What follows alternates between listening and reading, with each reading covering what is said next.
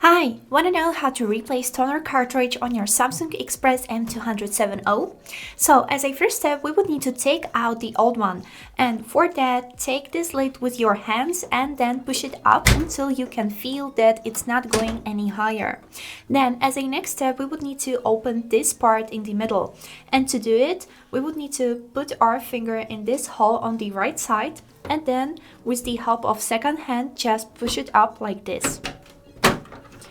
And this is it. Now we have successfully reached the old cartridge. And to take it out, we would need to take this handle with our fingers and then just pull it to our side. And now we have finally reached the part where is located the old cartridge. And now to take it out, we would need to take our hands and put it on this little handle that you can see in the middle.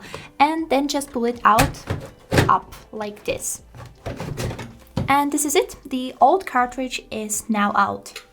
Now, as a next step, we would need to take our new cartridge. In my case, mine looks like this. All of the cartridges has any type of protection, and today we have this big orange lid that we would need to take off like this before we will put the cartridge inside the printer.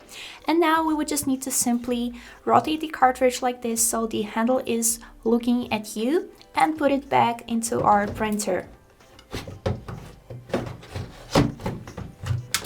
And then when you hear a click and you can feel that the cartridge is fixed properly, we can close all of the lids back. And this is it. We have successfully replaced the cartridge. I hope this video was helpful and thanks for watching.